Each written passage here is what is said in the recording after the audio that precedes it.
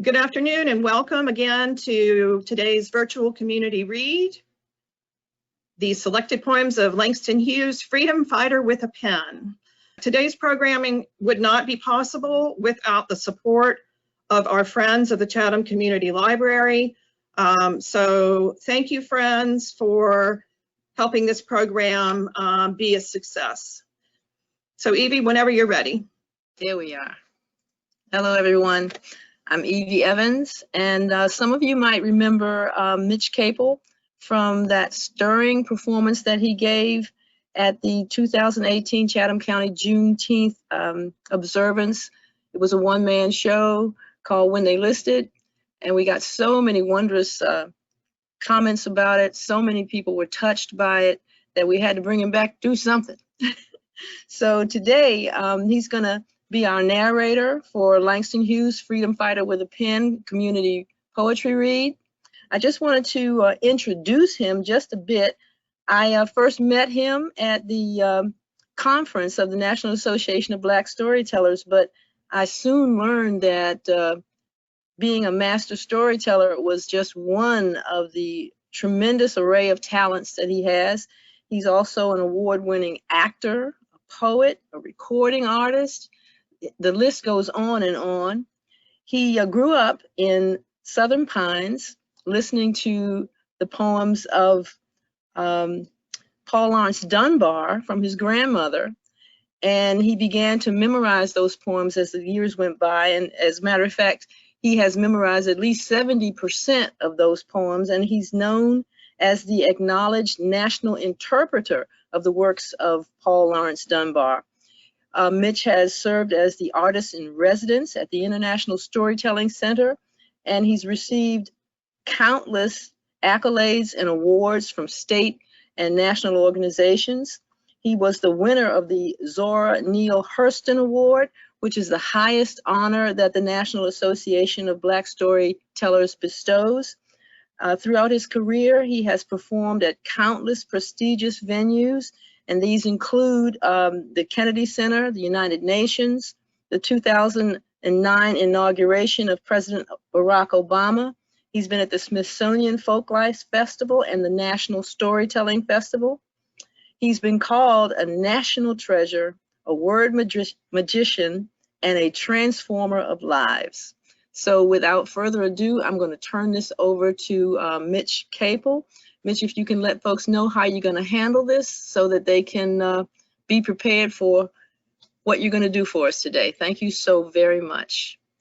Yeah, so I'm just going to, as she noted earlier, I'm the, Paul Laurence Dunbar is my guy, but I am fond of Langston Hughes. I haven't set many of his poems to memory, however. So I'll start off with Afro-American Fragment, the works of the selected poems of Langston Hughes. So long, so far away is Africa. Not even memories alive, save those that history books create, save those that songs beat back into the blood, beat out of blood with words sad sung in strange un-Negro tongue. So long, so far away is Africa. Subdued and time lost are the drums, and yet through some vast mist of race there comes this song I do not understand, this song of atavistic land, of bitter yearnings lost without a place. So long, so far away is Africa's dark face. The Negro Speaks of Rivers. I've known rivers, ancient dusty rivers. My soul has grown deep like the rivers. I've known rivers. I've known rivers ancient as the world and older than the flow of human blood in human veins. My soul has grown deep like the rivers. I bathed in the Euphrates when dawns were young. I built my hut near the Congo and it lulled me to sleep. I looked upon the Nile and raised the pyramids above it. I heard the singing of the Mississippi when Abe Lincoln went down to New Orleans, and I've seen its muddy bosom turn all golden in the sunset. I've known rivers, ancient, dusky rivers. My soul has grown deep like the rivers. I've known rivers, ancient, dusky rivers. My soul has grown deep like the rivers. Aunt Sue's stories. Aunt Sue has a head full of stories.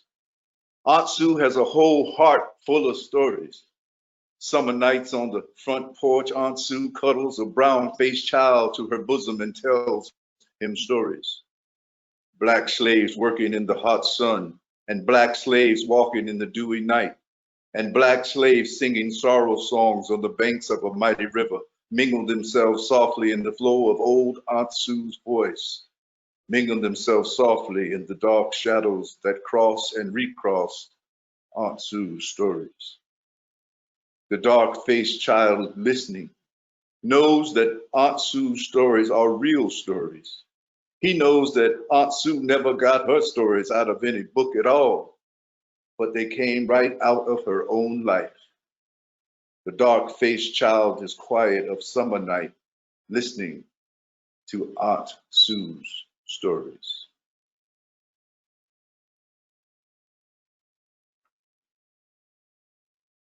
My people, the night is beautiful, so the faces of my people.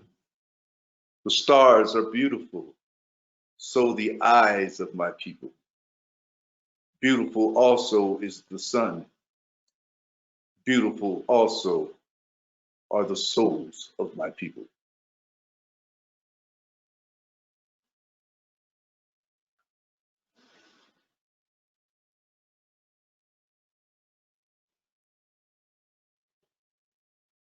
Me and the mule. My old mule, he's got a grin on his face. He's been a mule so long, he forgot about his race. I'm like that old mule, black, and I don't give a damn. You got to take me like I am. Me and the mule.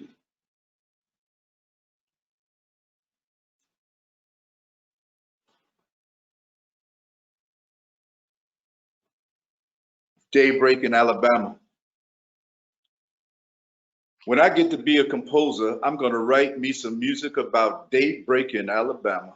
And I'm gonna put the prettiest songs in it, rising out of the ground like a swamp mist and falling out of heaven like soft dew.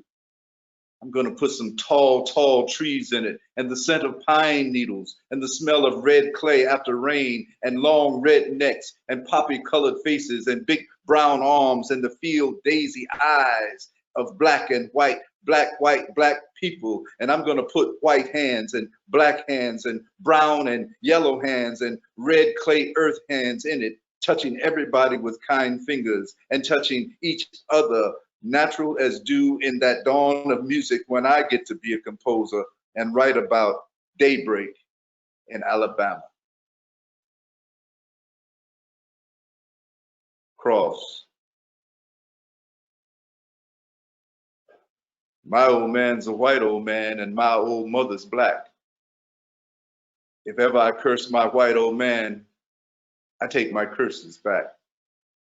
If ever I curse my black old mother and wish she were in hell, I'm sorry for that evil wish, and now I wish her well.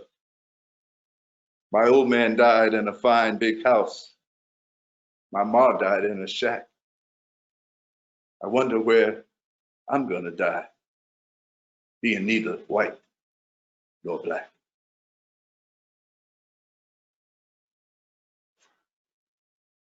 Mulatto. I am your son, white man. Georgia dusk and the turpentine woods, one of the pillars of the temple fell. You are my son like hell. The moon over the turpentine woods, the southern night full of stars, great big yellow stars. What's a body but a toy? Juicy bodies of nigger wenches, blue black against black fences. Oh, you little bastard boy, what's a body but a toy? The scent of pine wood stings the soft night air. What's the body of your mother? Silver moonlight everywhere. What's the body of your mother? Sharp pine scent in the evening air. A nigger night, a nigger joy, a little yellow bastard boy. Now you ain't my brother. Niggas ain't my brother, not ever. Niggas ain't my brother. The southern night is full of stars, great big yellow stars. Oh, sweet as earth, dark, dust dark bodies give sweet birth to little yellow bastard boys. Get on back there in the night, you ain't white. Bright stars scatter everywhere. Pine wood scent in the evening air. A nigger night, a nigger joy. I am your son, white man, a little yellow bastard boy. A lot of it.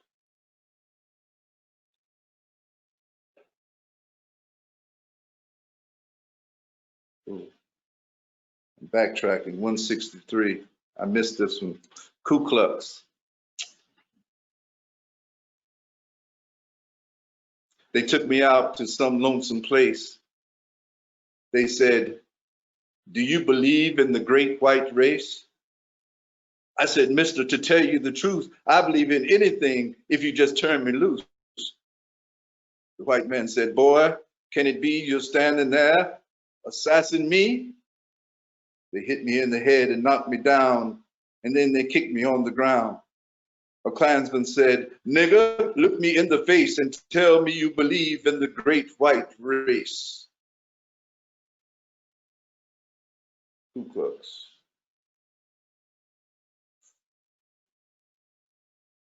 Sharecroppers. Just a herd of Negroes driven to the field, plowing, planting, hoeing to make the cotton yield.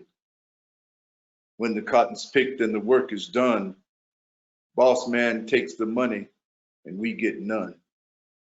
Leaves us hungry, ragged, as we were before. Year by year goes by, and we are nothing more than a herd of Negroes driven to the field, plowing life away to make the cotton yield.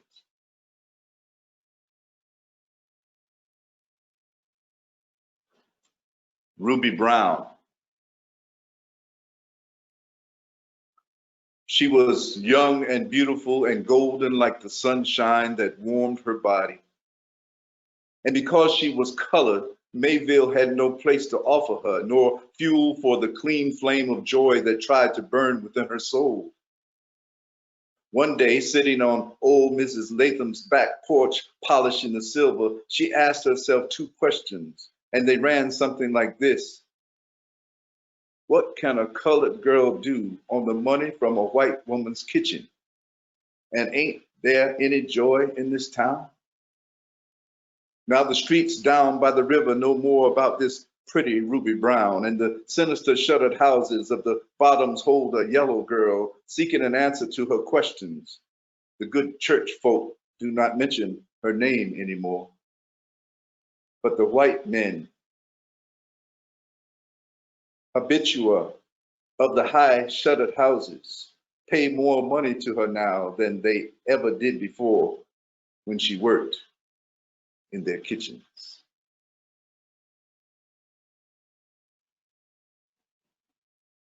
Uncle Tom. Within the beaten pride, without the grinning face, the low, obsequious double bow, the sly and servile grace of one the white folks long ago taught well to know his place. Porter. I must say yes, sir, to you all the time. Yes, sir. Yes, sir. All my days climbing up a great big mountain of yes, sirs. Rich old white man owns the world. Give me your shoes to sign. Yes, sir. Silhouette. Southern gentle lady, do not swoon. They've just hung a black man in the dark of the moon. They've hung a black man to a roadside tree in the dark of the moon for the world to see how Dixie protects its white womanhood. Southern gentle lady, be good, be good. Song for the dark girl. Way down south in Dixie, break the heart of me. They hung my black young lover to a crossroads tree. Way down south in Dixie, bruised, body high in air. I asked the white Lord Jesus, what was the use of prayer? Way down south in Dixie, break the heart of me. Love is a naked shadow on a gnarled and naked tree. The South. The lazy, laughing South with blood on its mouth. The sunny faced South, be strong, idiot brain. The child-minded South, scratching in the dead fire's ashes for a Negro's bones. Cotton and the moon, warmth, earth, warmth, the sky, the sun, the stars, the magnolia-scented South. Beautiful like a woman, seductive as a dark-eyed whore, passionate, cruel, honey-lipped, syphilitic. That is the South. And I, who am black, would love her, but she spits in my face. And I, who am black, would give her many rare gifts, but she turns her back upon me. So now I seek the North, the cold-faced North.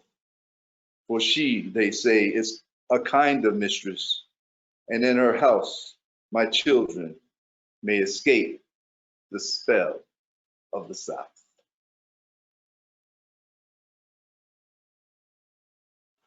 One-way ticket. I pick up my life and take it with me, and I put it down in Chicago, Detroit, Buffalo, Scranton, any place that is north and east, and not Dixie.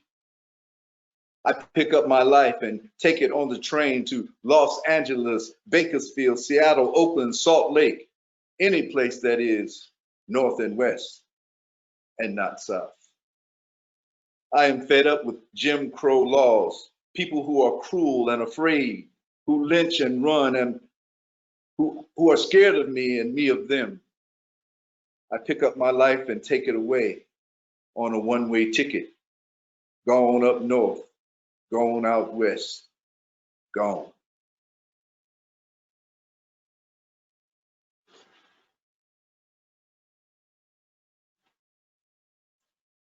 One of his most famous poems, Mother to Son. Well, son, I'll tell you, life for me ain't been no crystal stair. It's had tacks in it and splinters and boards torn up in places with no carpet on the floor, bare. But all the time I've been climbing on and reaching landings and turning corners and sometimes going in the dark where they ain't been no light.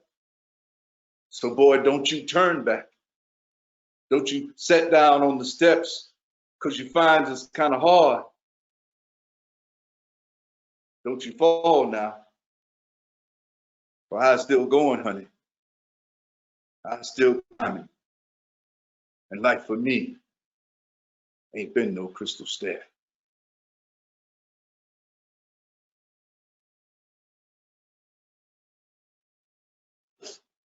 Merry-go-round. Colored child at a carnival. Where's the Jim Crow section on this merry-go-round, mister? Because I wants to ride. Down south, white and colored can't sit side by side. Down south on the train, there's a Jim Crow car. On the bus, we're put in the back. But there ain't no back to a merry-go-round. Where's the horse for kids that's black?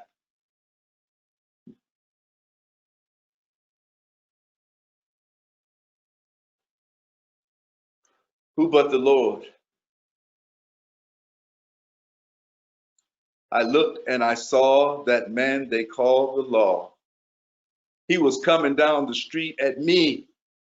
I had visions in my head of being laid out cold and dead, or else murdered in the third degree.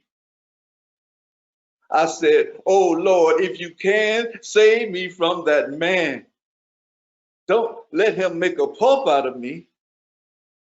But the Lord, he was not quick. The law raised up his stick and beat the living hell out of me. Now, I do not understand why God don't protect a man from police brutality. Being poor and black, I have no weapon to strike back. So who but the Lord can protect me?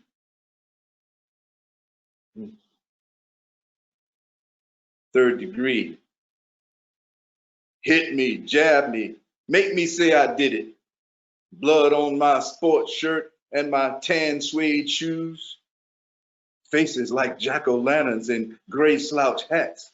Slug me, beat me. Scream jumps out like blowtorch. 3 kicks between the legs that killed the kids I'd make tomorrow. Bars and floor skyrocket and burst like Roman candles. When you throw cold water on me, I'll sign the paper.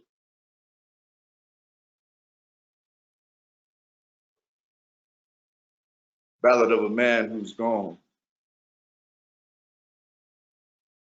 No money to bury him. The relief gave 44. The undertaker told him, you'll need 60 more for a first-class funeral, a hearse and 2 cars, and maybe your friends will send some flowers. His wife took a paper and went around everybody that gave something, she put them down. She raked up 100 for her man that was dead. His buddies brought flowers. A funeral was had. A minister preached and charged 5 to bless him dead and praise him alive. Now that he's buried, God rest his soul. Reckon there's no charge for graveyard mold. I wonder what makes a funeral so high. A poor man ain't got no reason to die.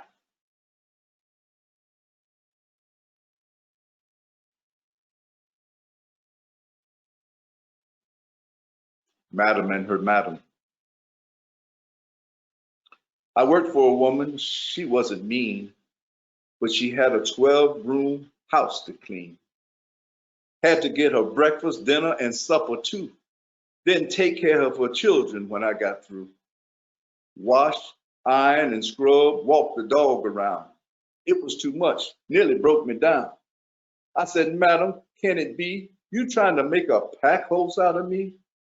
She opened her mouth, she cried, oh no, you know, Alberta, I love you so. I said, Madam, that may be true, but I'll be doggone if I love you.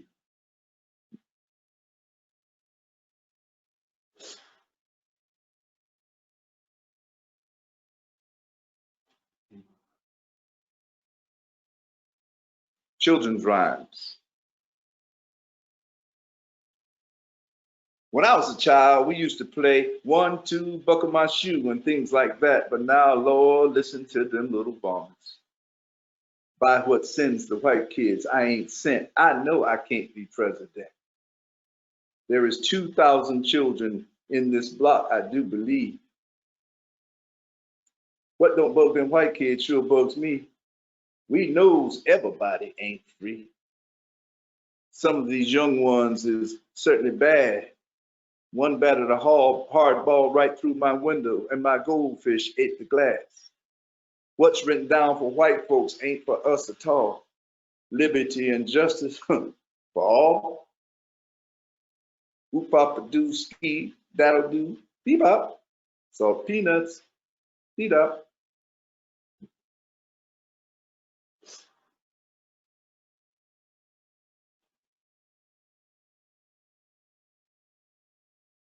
Shame on you.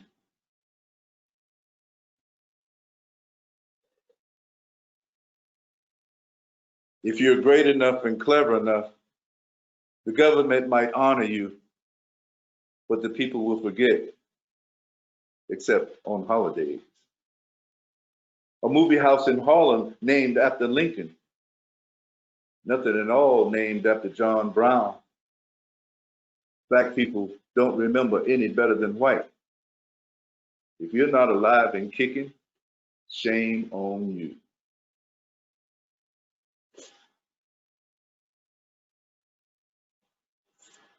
Harlem.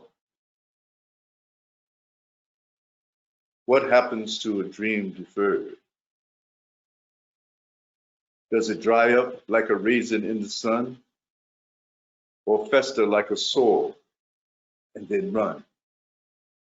Does it stink like rotten meat, or crust and sugar over like a syrupy sweet? Maybe it just sags like a heavy load, or does it explode?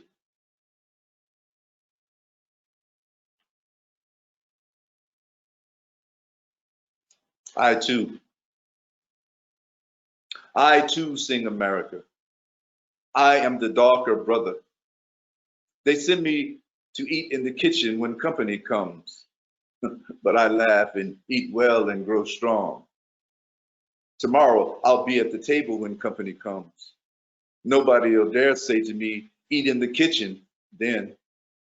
Besides, they'll see how beautiful I am and be ashamed. I too am American.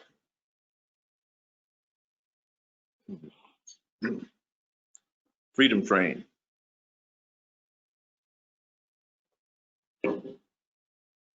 I read in the papers about the Freedom Train. I heard on the radio about the Freedom Train. I seen folks talking about the Freedom Train. Lord, I've been waiting for the Freedom Train. Down south in Dixie, only train I see's got a Jim Crow car set aside for me. I hope there ain't no Jim Crow on the Freedom Train. No backdoor entrance to the Freedom Train. No signs for color on the Freedom Train. No white folks only on the Freedom Train. I'm going to check up on this Freedom Train. Who's the engineer on this Freedom Train? Can a cold black man drive the Freedom Train? Or am I still a porter on the Freedom Train? Is there ballot boxes on the Freedom Train? When it stops in Mississippi, will it be made plain everybody's got a right to board the Freedom Train? Somebody tell me about this Freedom Train. The Birmingham stations mark colored and white. The white folks go left and the colored go right. They even got a segregated lane. Is that the way to get aboard the Freedom Train? I've got to know about this Freedom Train. If my children ask me, Daddy, please explain why there's a Jim Crow stations for the Freedom Train, what shall I tell my children? You tell me. 'Cause freedom ain't freedom when a man ain't free. But maybe they explains it on the Freedom Train. When my grandmother in Atlanta, 83 and black, gets in line to see the freedom, will some white man yell, get back? A Negro's got no business on the Freedom Track. Mister, I thought it was the Freedom Train. Her grandson's name was Jimmy. He died at Anzio. He died for real. It wasn't no show. The freedom that they carrying on this Freedom Train, is it for real or just a show again?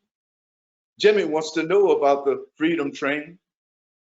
Will his Freedom Train come zooming down the track, gleaming in the sunlight for white and black, not stopping at no stations marked colored or white, just stopping in the fields in the broad daylight, stopping in the country in the wide open air where there never was no Jim Crow signs nowhere, no welcoming committees, nor politicians of note, no mayors and such for which color can't vote, and nary a sign of a color line.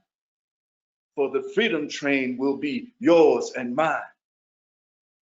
then maybe from their graves in Anzio, the GIs who fought will say, we wanted it so.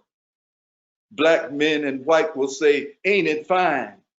At home they got a train that's yours and mine. Then I'll shout, glory for the freedom train. I'll holler, blow your whistle, freedom train. Thank God Almighty, here's the freedom train. Get on board the freedom train.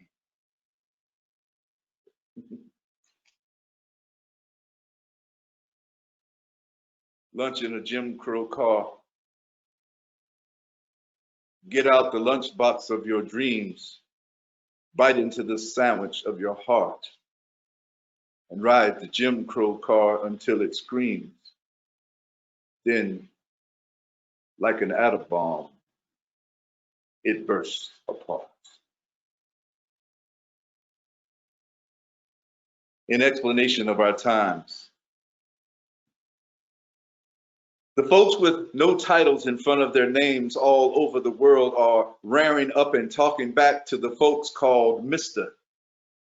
You say you thought everybody was called Mr.? No, son, not everybody. In Dixie, often they won't call Negroes Mr. In China, before what happened, they had no intention of calling coolies Mr.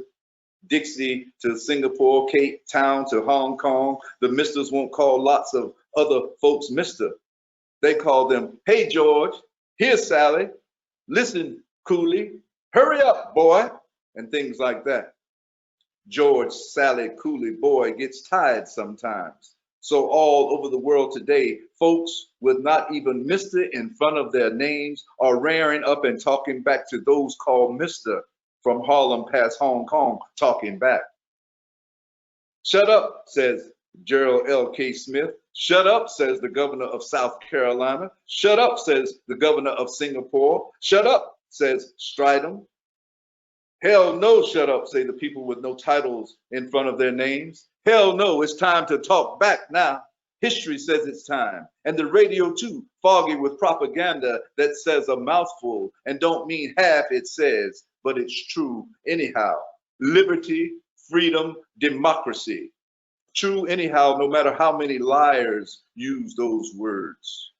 The people with no titles in front of their names hear those words and shout them back at the misters, lords, generals, viceroys, governors of South Carolina, Gerald L. Key Stridhams. Shut up, people. Shut up, shut up. Shut up, George. Shut up, Sally. Shut up, Coolie. Shut up, Indian. Shut up, boy. George, Sally, Coolie, Indian, boy, black, brown, yellow, bent down, working, earning riches for the whole world with no title in front of name, just man, woman, tired, says, no, shut up. Hell, no, shut up. So naturally, there's trouble in these our times because of people with no titles in front of their names.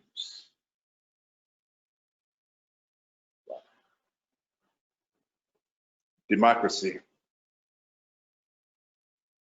Democracy will not come today, this year, nor ever through compromise and fear. I have as much right as the other fellow has to stand on my 2 feet and own the land. I tire so of hearing people say, let things take their course. Tomorrow is another day. I do not need my freedom when I'm dead. I cannot live on tomorrow's bread. Freedom is a strong seed planting in a great need. I live here too. I want freedom just as you.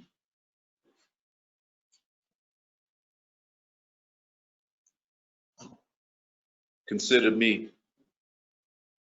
Consider me, a colored boy, once 16, once 5, once 3, once nobody, now me. Before me, Papa, Mama, Grandpa, Grandma, so on back to original Paul. A capital letter there, he being mystery. Consider me, colored boy, downtown at 8, sometimes working late, overtime paid to sport away or save or give my sugar for the things she needs. My sugar, consider her who works too, has to. One don't make enough for all the stuff it takes to live. Forgive me what I lack, black caught in a crack that splits the world in two from China by way of Arkansas to Lenox Avenue. Consider me on Friday, the eagle flies, Saturday laughter, a bar, a bed, Sunday prayers, syncopate, glory. Monday comes to work at 8, late, maybe. Consider me descended also from the mystery. The Negro Mother, another famous piece. Children, I come back today to tell you a story of the long, dark way that I had to climb, that I had to know in order that the race might live and grow. Look at my face, dark as the night, yet shining like the sun with love's true light. I am the child they stole from the sand 300 years ago in Africa's land. I am the dark girl who crossed the wide sea, carrying in my body the seed of the free. I am the woman who worked in the field, bringing the cotton and the corn to yield. I am the one who labored as a slave, beaten and mistreated for the work that I gave. Children sold away from me, husbands sold too. No safety, no love, no respect was I due. 300 years in the deepest South, but God put a song and a prayer in my mouth. God put a dream like steel in my soul. Now through my children, I'm reaching the goal. Now through my children, young and free, I realize the blessings denied to me. I couldn't read then. I couldn't write. I had nothing back there in the night. Sometimes the valley was filled with tears, but I kept trudging on through the lonely years. Sometimes the road was hot with sun, but I had to keep on till my work was done. I had to keep on. No stopping for me. I was the seed of the coming free. I nourished the dream that nothing could smother deep in my breast, the Negro mother. I had only hope then, but now through you, dark ones of today, my dreams must come true. All you dark children in the world out there, remember my sweat, my pain, my despair. Remember my years heavy with sorrow, and make of those years a torch for tomorrow. Make of my past a road to the light, out of the darkness, the ignorance, the night. Lift high my banner out of the dust. Stand like free men supporting my trust. Believe in the right. Let none push you back. Remember the whip and the slaver's track. Remember how the strong in struggle and strife still bar you the way and deny you life, but march ever forward, breaking down bars. Look ever upward at the sun and the stars. Oh, my dark children, may my dreams and my prayers impel you forever up the great stairs, for I will be with you till no white brother dares keep down the children of the Negro mother.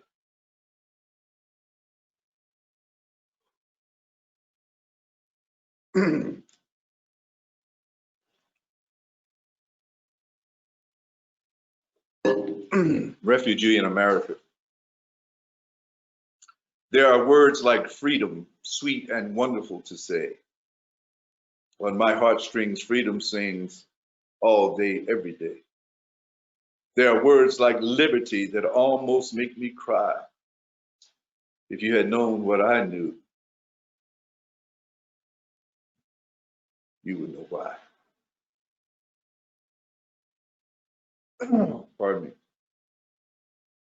Freedom's plow. When a man starts out with nothing, when a man starts out with his hands empty but clean, when a man starts out to build a world, he starts first with himself and the faith that is in his heart, the strength there, the will there to build. First in the heart is the dream. Then the mind starts seeking a way. His eyes look out on the world, on the great wooded world, on the rich soil of the world, on the rivers of the world. The eyes see their materials for building, see the difficulties too and the obstacles. The hand seeks tools to cut the wood, to till the soil and harness the power of the waters. Then the hand seeks other hands to help, a community of hands to help. Thus the dream becomes not one man's dream alone, but a community dream. Not my dream alone, but our dream. Not my world alone, but your world and my world, belonging to all the hands who build. A long time ago, but not too long ago, ships came from across the sea, bringing pilgrims and prayer makers, adventurers and booty seekers, free men and indentured servants, slave men and slave masters, all new to a new world of America. With billowing sails, the galleons came, bringing men and dreams, women and dreams in little bands together, heart reaching out to heart, hand reaching out to hand. They began to build our land. Some were free hands seeking a greater freedom. Some were indentured hands hoping to find their freedom. Some were slave hands guarding in their hearts the seed of freedom. But the word was there always. Freedom. Down into the earth went the plow, and the free hands and the slave hands, and indentured hands and adventurous hands, turning the rich soil went the plow in many hands that planted and harvested the food, that fed the cotton, that clothed America. Clang against the trees with the axe in many hands that hewed and shaped the rooftops of America. Splash into the rivers and the seas with the boat hulls that moved and transported America. Crack went the whips that drove the horses across the plains of America. Free hands and slave hands, indentured hands, adventurous hands, white hands and black hands held the plow handles, axe handles, hammer handles, launched the boats and whipped the horses that fed and housed and moved America. Thus together through labor, all these hands made America. Labor. Out of labor came the villages and the towns that grew to cities. Labor. Out of labor came the rowboats and the sailboats and the steamboats, came the wagons, stagecoaches. Out of labor came factories, came the foundries, came the railroads, came the marts and markets, shops and stores, came the mighty products molded, manufactured, sold in shops, piled in warehouses, shipped the wide world over. Out of labor, white hands and black hands, came the dream, the strength, the will, and the way to build America. Now it is me here, and you here. Now it is Manhattan, Chicago, Seattle, New Orleans, Boston, and El Paso. Now it is the USA. A long time ago, but not too long ago, a man said, all men are created equal, endowed by their creator with certain inalienable rights, among these life, liberty, and the pursuit of happiness. His name was Jefferson. There were slaves then, but in their hearts, the slaves believed him too, and silently took for granted that what he said was also meant for them. It was a long time ago, but not so long ago. At that, Lincoln said, no man is good enough to govern another man without that other's consent. There were slaves then too, but in their hearts, the slaves knew what he said must be meant for every human being, else it had no meaning for anyone. Then a man said, better to die free than to live slaves. He was a colored man who had been a slave but had run away to freedom. And the slaves knew what Frederick Douglass said was true. With John Brown at Harper's Ferry, Negroes died. John Brown was hung. Before the Civil War, days were dark, and nobody knew for sure when freedom would triumph, or if it would, thought some. but others knew it had to triumph. In those dark days of slavery, guarding in their hearts the seed of freedom, the slaves made up a song. Keep your hand on the plow, hold on. That song meant just what it said. Hold on, freedom will come. Keep your hand on the plow, hold on. Out of war, it came bloody and terrible, but it came. Some there were, as always, who doubted that the war would end right, that the slaves would be free, or that the Union would stand. But now we know how it all came out. Out of the darkest days for a people and a nation, we know how it all came out. There was light when the battle clouds rolled away. There was a great wooded land and men united as a nation. America is a dream. The poet says it was promises. The people say it is promises that will come true. The people do not always say things out loud, nor write them down on paper. The people often hold great thoughts in their deepest hearts and sometimes only blutteringly express them, haltingly and stumbling say them, and faultily put them into practice. The people do not always understand each other, but there is somewhere there always the trying to understand and the trying to say, you are a man, together we are building our land. America, land created in common, dream nourished in common. Keep your hand on the plow, hold on. If the house is not yet finished, don't be discouraged, builder. If the fight is not yet won, don't be weary, soldier.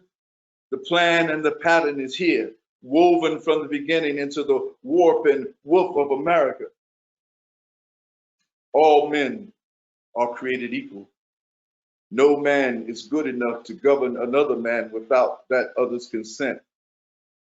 Better die free than live slaves. Who said those things? Americans. Who owns those words, America? Who is America? You, me. We are America. To the enemy who would conquer us from without, we say no. To the enemy who would divide and conquer us from within, we say no. Freedom, brotherhood, democracy. To all the enemies of the great words, we say no. A long time ago, an enslaved people heading toward freedom made up a song. Keep your hand on the plow, hold on. That plow plowed a new furrow across the field of history. Into that furrow, the freedom seed was dropped. From that seed, a tree grew, is growing, will ever grow. That tree is for everybody, for all America, for all the world. May its branches spread and its shelter grow until all races and all people know its shade. Keep your hand on the plow, hold on. Thank you. Langston Hughes.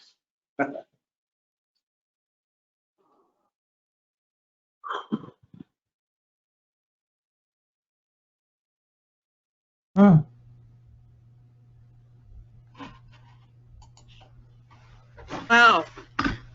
So thank you, Mitch. Evie, well, you can get your camera on. If anybody has questions they want to ask Mitch, or just we'll open it up for some general discussion. You can feel free to turn your webcam on. What we want to avoid is having people speak over one another. So if you've got something you want to Mitch to know, put it in the chat. I'll call on you. You can turn your mic on, your camera. I just want to throw something out there to give you something to think about. Do you think that Langston Hughes incorporated the cultural, societal, and political realities of America in his writings? Not just at the time he wrote it, but I think if you all listen to that last poem, you know it's all about America today as well.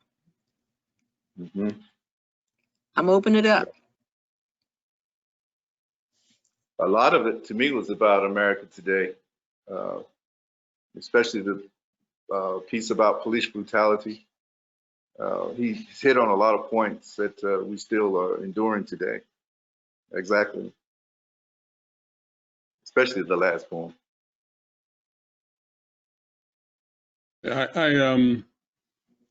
I feel like the poem Harlem, what happens to a dream deferred,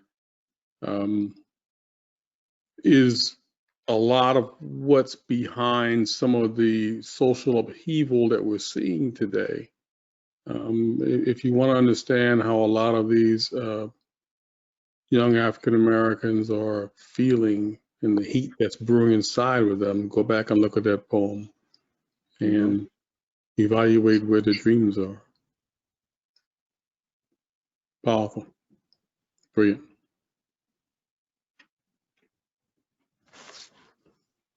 Mitch, thank you so much for reading these poems. They were so powerful, and your interpretation of them was very powerful as well.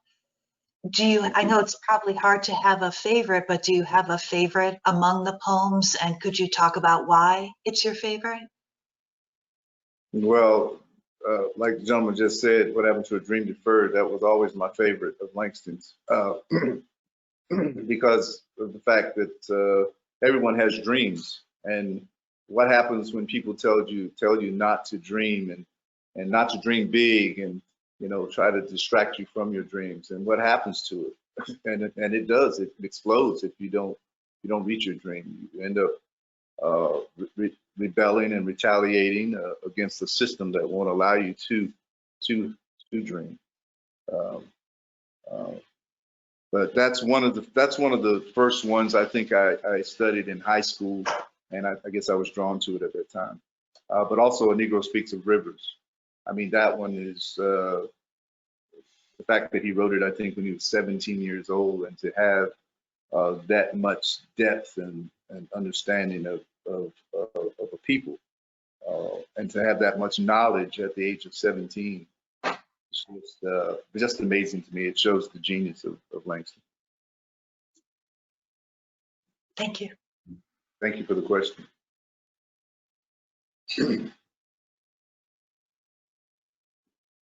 I think too, the poem, The Negro Mother, still imbues the Negro's mother's wishes that the children become and have the freedom that everyone else has in this country. That to me is totally the same thing as democracy, the poem about democracy. Mm-hmm.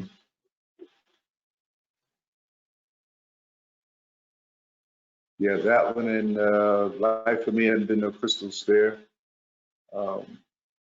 It's sort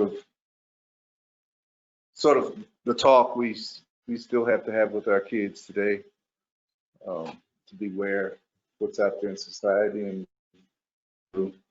as we try to pass on to our children and to our children's children, just to keep preserving and pushing on.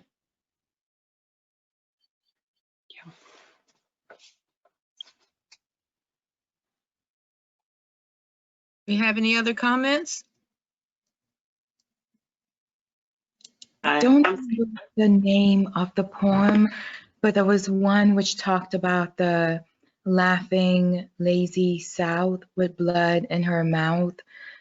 That just really stood out to me for some reason.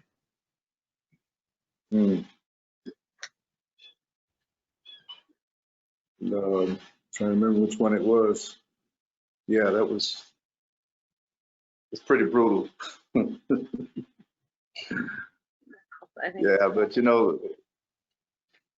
Langston, he wrote about what he saw, and the times that we were in at that time, and so I guess in his travels throughout the South, This is what he saw, and this is, you know, Jim Crow was at its highlight at the time, and you know, just for him to put it down on paper and have it for us today to still reflect on is just truly amazing to me. And I hate to say it, but you know, we're still fighting the same battles. I mean, it's the same old things that he went through, that Dunbar went through, that everybody went through. We're still going through it, and it's sad. It's just sad. As I listened to you read the poems, I thought about the fact that so many kids today don't know these poems or any poems because they're not read to. So as you read, it took me back to my own youth and actually hearing my mother recite many of these poems. Mm-hmm. So Well, thank you. you know, thank you. As technology has evolved, you know, when my grandmother's parents back in the day, all they had was books if they could get a hold of one, and that was a source of entertainment. And people sat around and told stories, and you know, that was the source of entertainment. People actually sat down and had dinner together at a dinner table and talked about life. But now with all the technology we have, kids are sitting there looking at their phones, and you know, the boob tube, the TV is the entertainment, and so what's coming out now is, you know, all this history, and that's why I wanted to continue to do Dunbar's work, because I couldn't stand the thought of it being lost, and try to preserve his work, because you know, growing up, you know, we had to learn that. We had to learn a poem and recite it in class. You know, before integration, you had to memorize James Weldon Johnson. You had to memorize some Langston Hughes. You had to memorize Paul Dunbar, Countee Cullen. And you had to memorize these poets, not just read it, but you had to memorize it and stand up and recite it before you went from one level to the other. And so that kind of thing has been lost. And it is a shame that kids aren't aware. I've traveled the country before COVID performing in Dunbar schools, and it was sad. The teacher there had been there 30 years. He didn't even know who Paul Dunbar was. I mean, how do you teach at a Paul Dunbar school and have no idea who Paul Dunbar is? It just blows my mind. But you know, it was part of my family. Thank God, we read. We had to memorize, and we had to read poetry. My mother made us get up in church and recite. You know, The Creation, James Weldon Johnson. Thank God that was my brother, so I didn't have to memorize that one. That was a long piece, but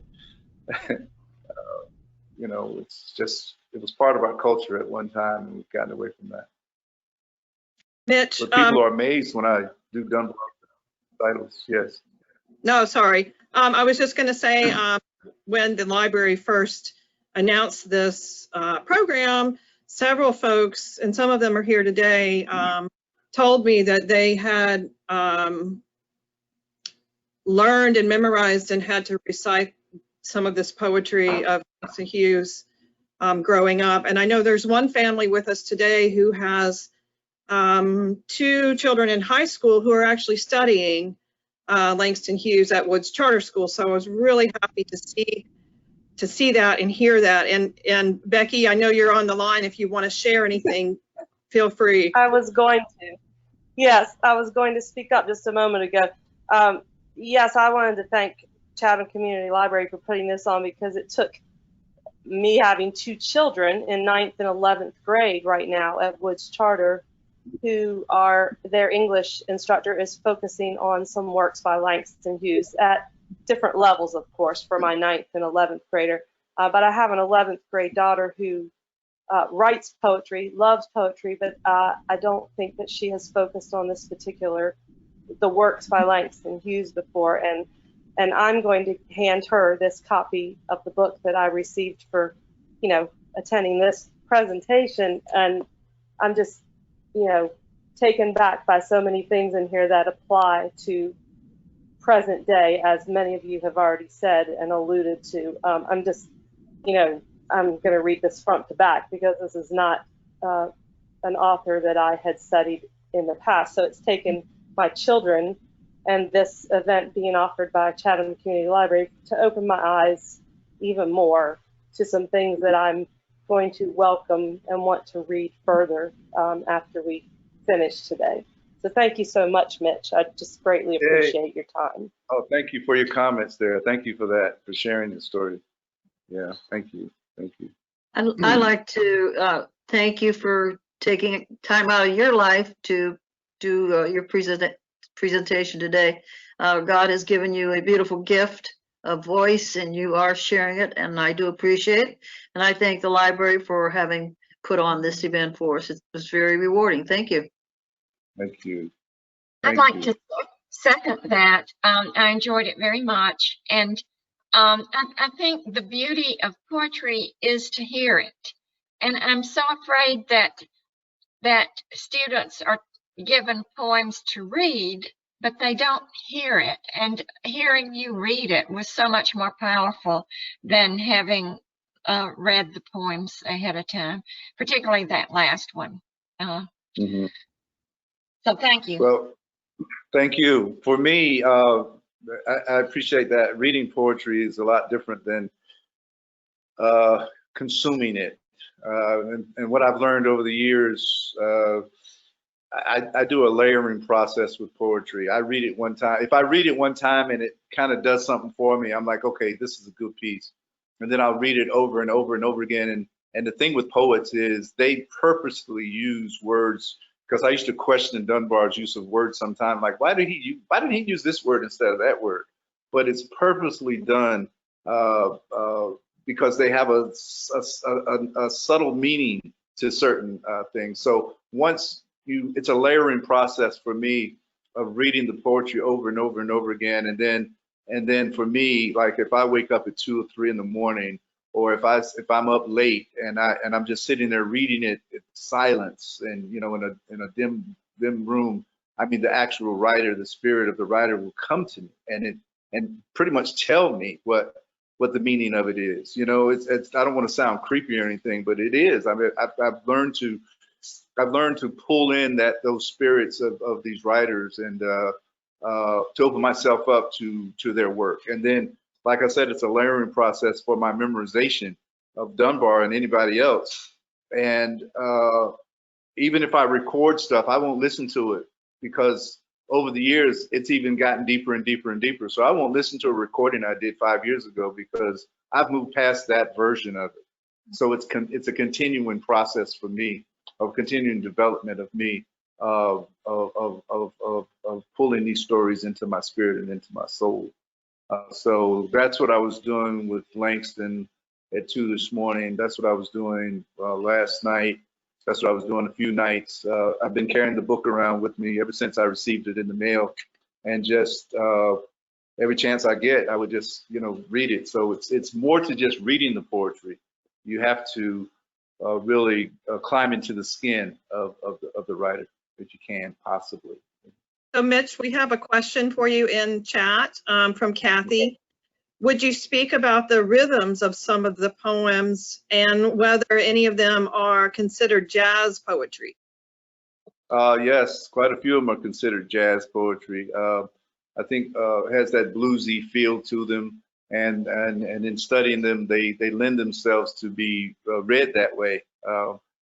They absolutely, you know, him growing up or writing during the Harlem Renaissance in Harlem, and you know, with the music going on at the time, he had no choice but to write, you know, with that jazz, with that jazzy feeling of the syncopation of jazz.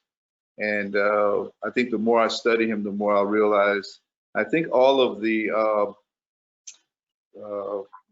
blues pieces that he wrote, and I really like all the Madam pieces really spoke to me. For some reason, some of them were very hilarious, like the Madam and the Number Writer. I mean, it's just, you know, and it's funny because I've written poetry in the same style before, and didn't know why. Maybe it's because I had studied Langston before, and that was deep down inside of me. When it came out, and I realized it when I started studying him again. But so yeah, definitely, he has that jazzy style. Hey, Mitch, this is Becky again. Could you speak a little bit to the whole group here? I'm familiar with the Artist in Residence program, and I believe in cooperation with the Chatham Arts Council, unless there's some other Artist in Residence program I'm not aware of. But would you speak a little bit to, I mean, I love that artists such as yourself and in all areas of cultural arts are going out into the public schools in the Chatham County area and bringing things more to life. Could you speak a little bit more to what you've done along those lines, and also maybe plans for the future? I don't know whether you've been slotted to do anything else for this fall or spring in the Chatham County area. I have not yet, hint, hint, but I mean, with the COVID, with the COVID, you know, we're not hitting the schools. Schools are starting to reopen again, and I don't know how that's going to play into it. But over the years, it's been great. The artists in schools and it's just been fabulous in Raleigh and Fayetteville and in your county, just to be able to go into the schools and bring arts into the schools. Because with arts, you know, it encompasses everything, you know, everything in math and science, and you know, arts are very powerful in helping kids retain and learn. You know, I know teachers who rewrite math stuff into rhyme, and the kids get it. You know, like what was that? Schoolhouse Rock. You remember that? Kids memorize that stuff. So arts are an integral part of it. Yeah, and arts are an integral part of the learning process. And to go into schools, and for me, my style was, as Granddaddy Junebug, storyteller, telling stories of morals and you know, dealing with peer pressure and anti-drug messages and things of that nature, helping kids get on the right path in their life. And I remember seeing a storyteller when I was young, and remembered some of the stuff that I learned as a kid. So hopefully one kid takes something I learned, and they have, because I get letters from them that have changed their life and got on the right path. So it's very powerful, and there's a lot of artists out here, a lot of good storytellers, a lot of good musicians, a lot of good folks who right now I know are suffering because of the COVID and can't get out. This is my first Zoom. I've been staying away from them just because I like the interpersonal. I'm trying to get close and see who's in the audience because I like the feedback and the feel of the audience. So I'm getting ready to do another one for the Cary Storytelling Festival, second annual. I think it'll be up online for 2 weeks. I'm one of the 4 national storytellers they're bringing in, and then I've got another storytelling festival I'm going to do online. But I'm finally breaking down, trying to do this. It's not that I don't want to do it. I'm just not tech savvy. And I think that something's going to go wrong and I'm not going to be able to fix it. And so that's my only fear with that. But yeah, I hope that answers your question. You did. I was, don't ask me why I wasn't thinking about all the COVID restrictions. I was just excited to think about where, you know, you might be reconnecting with the schools eventually. We'll definitely keep you in mind at our school. I hope so. Thank you so much. I am doing a master class on Dunbar too coming up for Fayetteville State University. I think that's in November, and so I'll be excited. I get to do my guy, Paul Dunbar. So Go ahead, Mitch, I'm sorry. Mitch sent me a message. Jazz and police connection information for Mitch. Not sure what the context of that question is, but if that's something you can speak on. And I'll just add that when Evie and I and Mitch were planning this event, Mitch did tell us that Langston Hughes would be with him in spirit as he performed today. So if you want to elaborate on that a little bit, Mitch. Well, sitting before me here is some bronze cup, a ceremonial cup. It's Benin. It's very heavy. And inside here, I have in a film canister, I don't know if you can see it, but these are the ashes, some of the ashes of Langston Hughes. Oh. So the way I acquired these ashes years ago, and I can't remember how long ago it was, maybe 20 years ago or so, I was in New York, and I was doing a documentary, filming a documentary on Langston Hughes with Ruby Dee. And Ruby Dee was doing his, we both were reciting his poetry.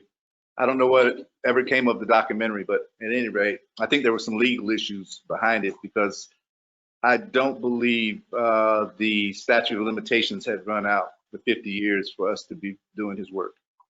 However, this guy from LA brought us together to do Langston's work.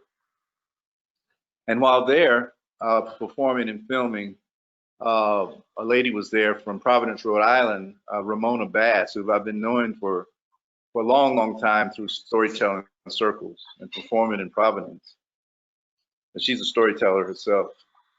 What she says to me in the break room, she says, you know, my husband was George Bass, he was Langston's secretary. And I said, really? I didn't know that. She said, yeah, he was Langston Hughes' secretary. He traveled with him everywhere. And so the story was when Langston died, he wanted to be cremated and his ashes to be put in the Harlem River because it flowed under the Schomburg.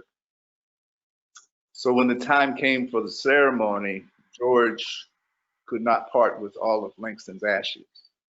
And so he kept a baggie of Langston's ashes. And she said, I have them with me. Would you like some? I'm going, what? You can offer me some of Langston Hughes' ashes? And so I looked around in this office there, the studio, and all I could find was a film canister. It had some film in it. I just dumped the film out on the guy's shelf and took the film canister and scooped up some of Langston's ashes. So that's how I got Langston Hughes' ashes. And I ran into a gentleman who was the director of the Schomburg at that time, years later, and he confirmed the story that George was late for the ceremony. He was sweating. He was running. He couldn't decide. He didn't want to do it. That's what happened. So I have some of Langston's ashes. So he's been sitting here with me in spirit. I hope he's pleased. And I have on Langston's T-shirt. This was from Bus Boys and Poets up in Maryland. I was performing there, and they had these great T-shirts, and this Langston Hughes T-shirt. I said, man, I got to get it. So I'm wearing Langston's T-shirt. So someone in the chat wants to know, do you have a website that provides information about your future presentations and activities? I do have a website. However, something crazy happened with GoDaddy. It's down right now, and I'm paying them. And they changed their format, and for some reason, my website didn't fit, and they told me it was going to be fine. And I just found out the other day, not only is it not up, but I've lost all the content on my website. So I'm having to start from scratch. So it was gjbug.com, and so I'm working on having that restored, I guess. I lost all the content on the website, lost everything. It's sad.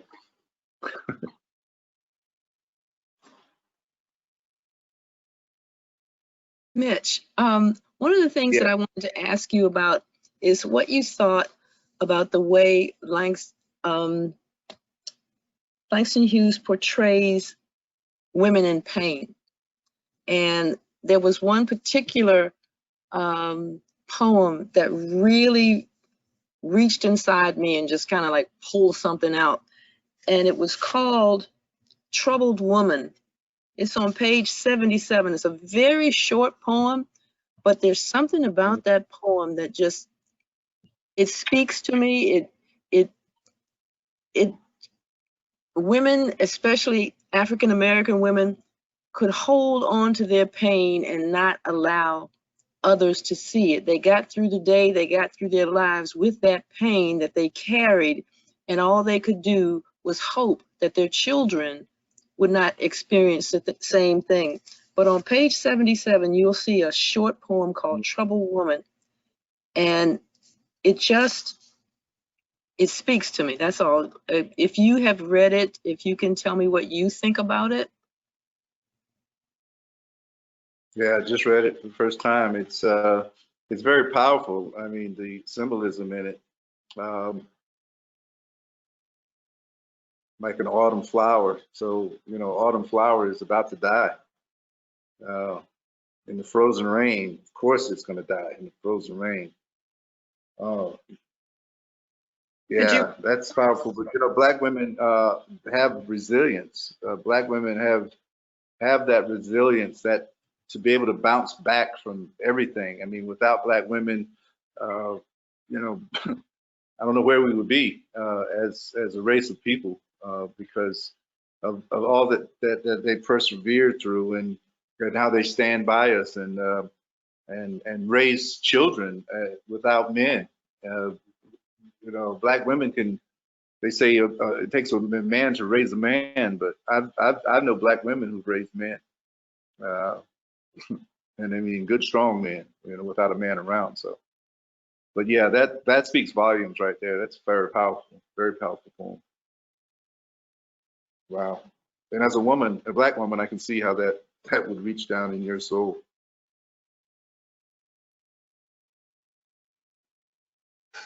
One of the things I've realized about poetry, I've always been into it and written some myself, but it forces you to turn over words and not just react. Given the fact that we don't have as much poetry in our schools and celebrated in society, what impact do you see? For instance, if I was talking to you and I said, I'm doing well, most people would just walk away and say she's doing well. But folks who are into literature and poetry may turn those words over and over and get different meanings. And I think that kind of perception or openness makes it easier to have dialogue with different people. So what experience would you say from your teaching poetry and reading it and writing yourself have you seen when you're interacting with people? Keep in mind this background of poetry and turning words over. Yeah, absolutely. I was in Chicago one time, and I was doing a poetry. I guess I was their guest poet, and these students were performing their work, and they were given the assignment to write down in poetic verse their what they hear, their morning, getting up, going to school, and being in the city. It was, you know, from the time they got up, their mother telling them to eat, da da da da, and then going outside and the sounds of the subway and the sounds of the trains and the sounds of the cars and the different sounds. And I thought to myself, wow, what would the sounds be like in the country, in the South where I'm from? You know, the different energy levels. But yeah, I mean that's what spoken word artists do. They take a word like the phrase, just like you said, and it could be spun in so many ways. I often do that with, you know, as a poet. I would never consider myself a poet, but after studying Dunbar for so many years, I guess he turned me into a poet.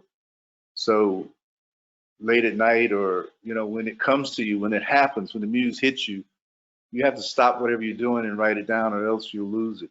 You know, you'll lose that freshness, that meaning that's fleeting by. And so it happens, you know, early in the morning. It happens cutting grass. It happens driving down the street, and I have to pull over and put it in my phone or write it down because I'll lose it if I don't. And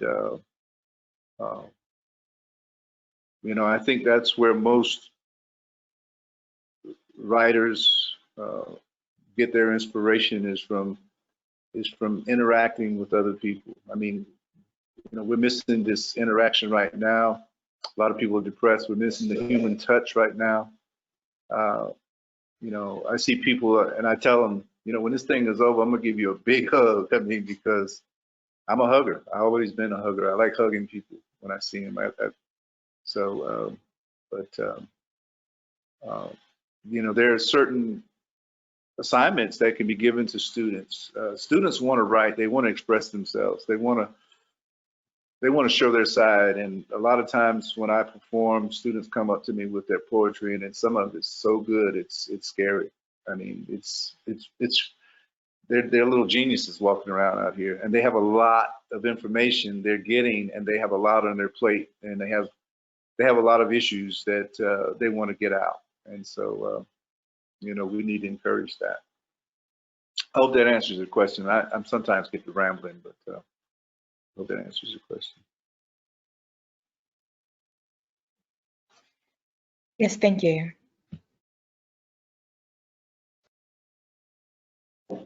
Did we have any more comments, Rita? No, I'm not seeing anything else in the chat. But if folks, you don't have to use the chat. If you want to unmute yourself and ask Mitch a question or make a comment, go right ahead. I did have a question for you, Mitch, and it's related certainly to Langston Hughes, but he was a homosexual, and that was difficult for especially a Black man to be during that time. I know he traveled a lot to Paris, and in your work around his poetry, do you see that coming through? I didn't know it until I just recently started studying his work. I didn't realize. Okay. So I didn't come across it, and the reason why I came across it was because I ran across where he and Zora Neale Hurston had written a play together called Mule Bone, and they fell out over the play. That was finally done in 1990, I think, in New York, and Taj Mahal actually played the lead role in the play. But they fell out because Zora Neale Hurston had romantic feelings towards Langston, but he wasn't reciprocating because he was gay. And so they fell out over that and over, I think, the rights to the play. And so that's how I found out. I never knew. I just thought he was a player from the Himalayas. I mean, good-looking guy like that, I just knew.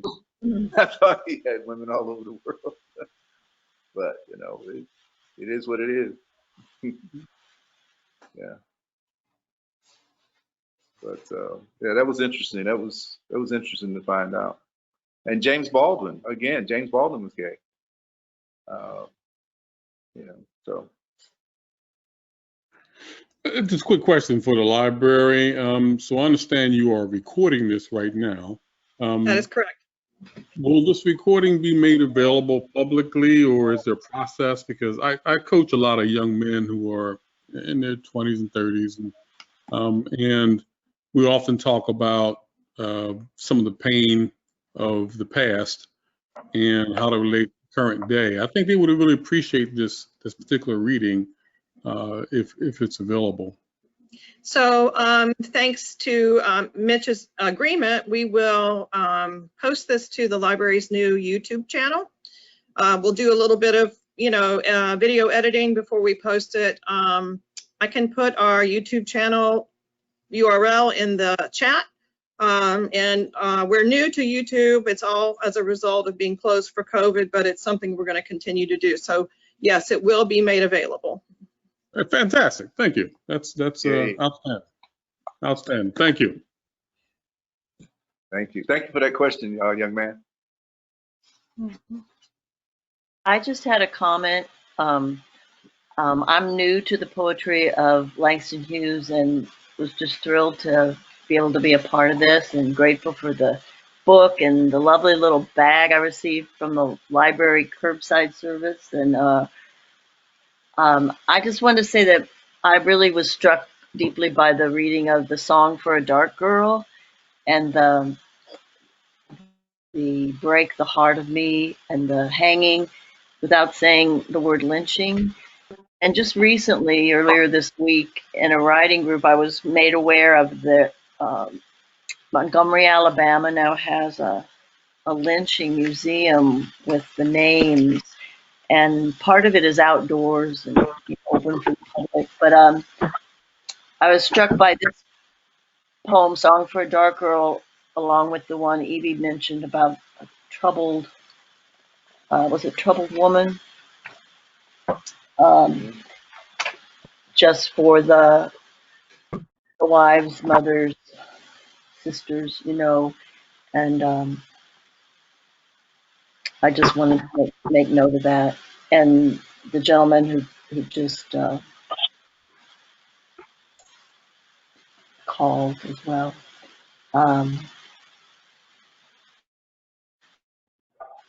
It was a short poem, but I thought it was extremely powerful. And I'm grateful. I've been to that museum.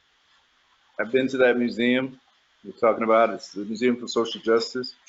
And it brought me to tears. It brought me to tears because of all the names and all those steel masks, steel beams hanging from the ceiling, and with all the names, it just tore me out. But there's a poem of Dunbar's called "The Haunted Oak," and while standing there, that poem came out of me, and I mean, I was in a trance, and people had gathered around me. I memorized that poem probably 20-some years ago, and I was shocked that it was still inside of me. But that poem also it speaks of a lynching from the tree's perspective. It's the tree talking about what happened, and it's extremely powerful. But yeah, The Haunted Oak by Paul Laurence Dunbar, very powerful piece. Could you read or out of memory give us a short poem by Paul Dunbar, since I have never read anything by Paul Dunbar? Never read anything? No. Yeah, I'll give you one. It is kind of I'll give you one, and then I rewrote it. I rewrote a different version of it. It's called "We Wear the Mask." We wear the mask that grins and lies. It hides our cheeks and shades our eyes. This debt we pay to human guile. With torn and bleeding hearts, we smile and mouth with myriad subtleties. Why should the world be overwise in counting all our tears and sighs? Nay, let them only see us while we wear the mask. We smile. But oh, great God, our tortured souls to thee arise. We sing, lift every voice and sing, but oh, the clay is vile beneath our feet and long the mile. But let the world dream otherwise. We wear the mask. So then in August, I rewrote that piece, a variation of "We Wear the Mask." I said,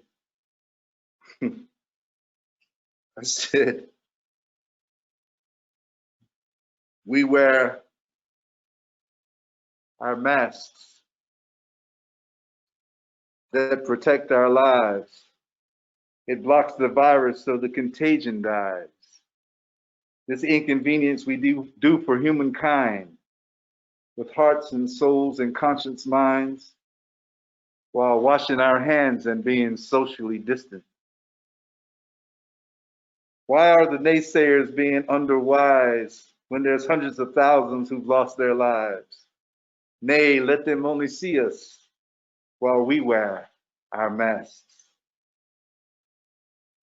Trump surmises, and the virus spreads before our eyes. Again he lies, and untold death tolls and souls arise. Let's hope the doubters soon think otherwise. We wear our masks. Thank you. Beautiful. Wow. Thank you. Thank you very much. So Yeah, I'm but Dunbar, prolific writer, he was before Langston, and I'm sure Langston studied his work. Yeah, I'm sure he did. So I've just put a link in the chat for a new book that's come out called Hanging Tree Guitars. And it's a guitar maker in North Carolina who's using wood from an old hanging tree. And I do plan on purchasing it for the library if anybody's interested. So more questions for Mitch? Wow.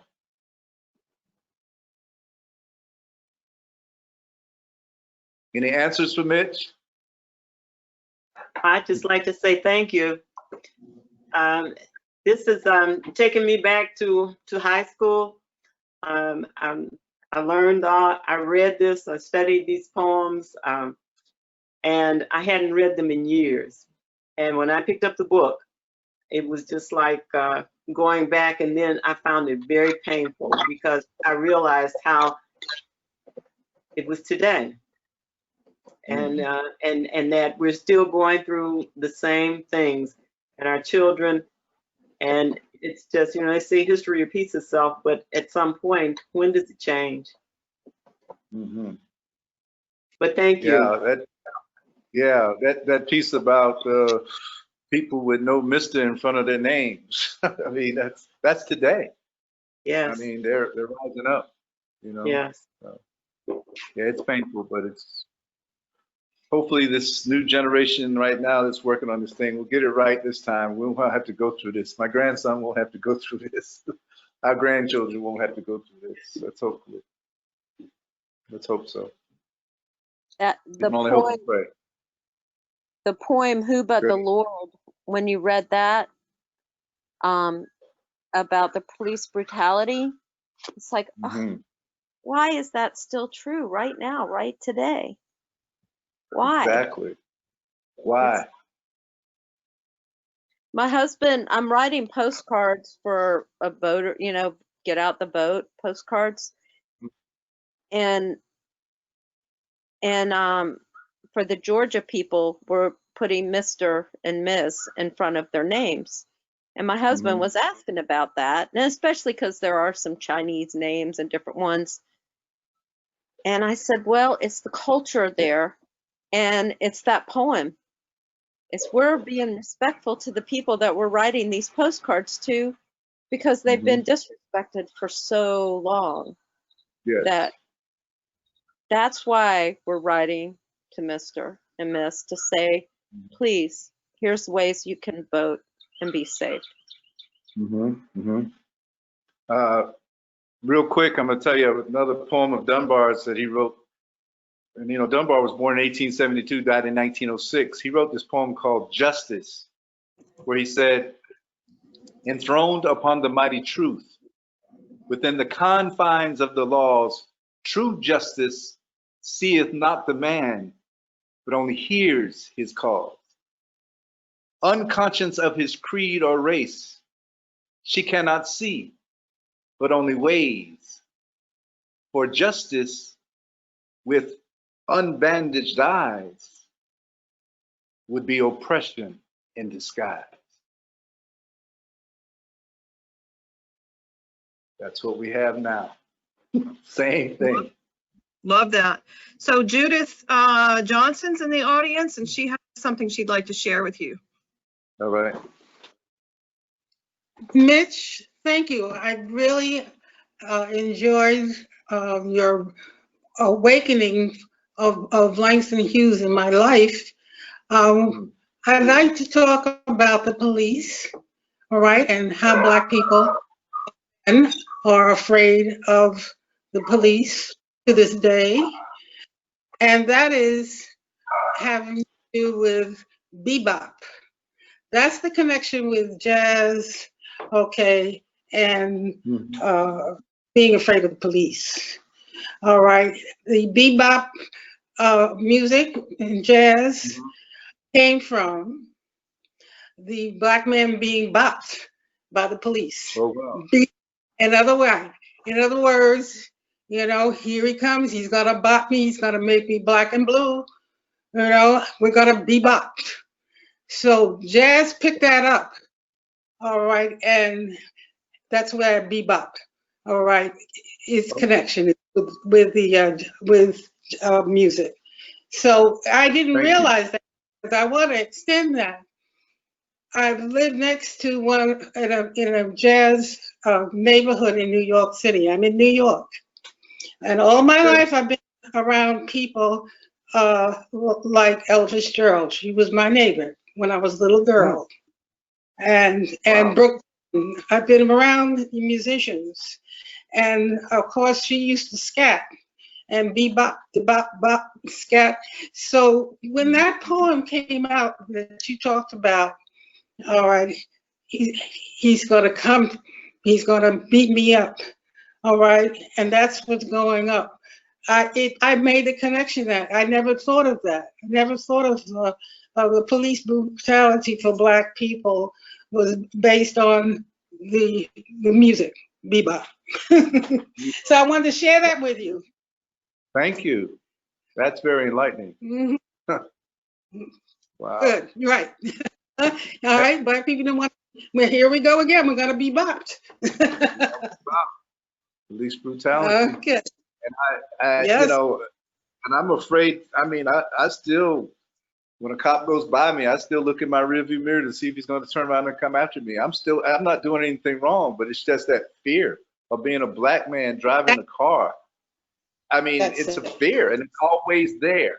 When he gets behind me, I automatically pull over, not off the road, but if it's a double lane, I get in the right lane. Hopefully, he'll just pass by me, you know, and he's not after me. I mean, it's a fear. It's something that we've had our whole lives, and we still have to have that talk with our kids about how to react when you're pulled over.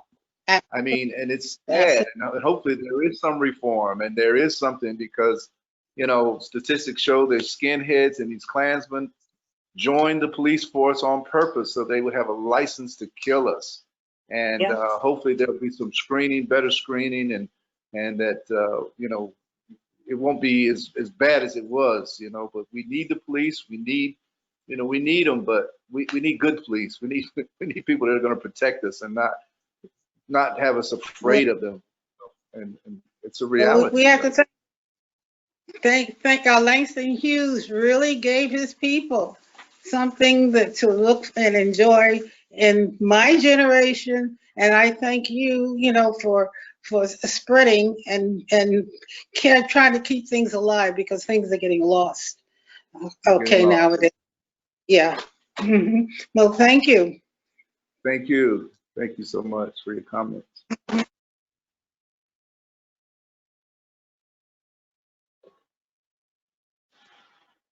If we have any comments.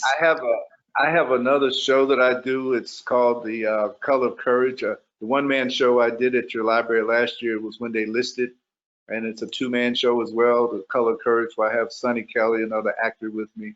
And Sonny's a pretty remarkable guy in his own right. He just got his PhD from Chapel Hill, and he has a one-man show called The Talk, where he goes around the country and he does this one-man piece about the talk that we have to have with our kids. And it happened one day when he just happened to be dropping his son off and heard on the radio that his brother was killed, and, you know, by a police officer, and he had to adjust the mirror and say, look, you know, I had to have a talk right there before I dropped him off at school. And that turned into a whole new play, and it's a pretty phenomenal piece. But yeah, so nothing's changed. Everything's pretty much the same, but hopefully we get it right this time.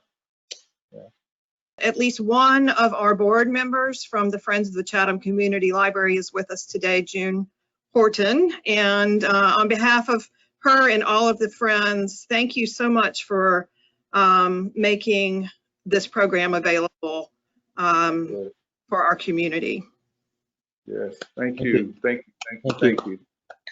Thank you. You did a wonderful job. Wonderful. Thank you. Excellent program.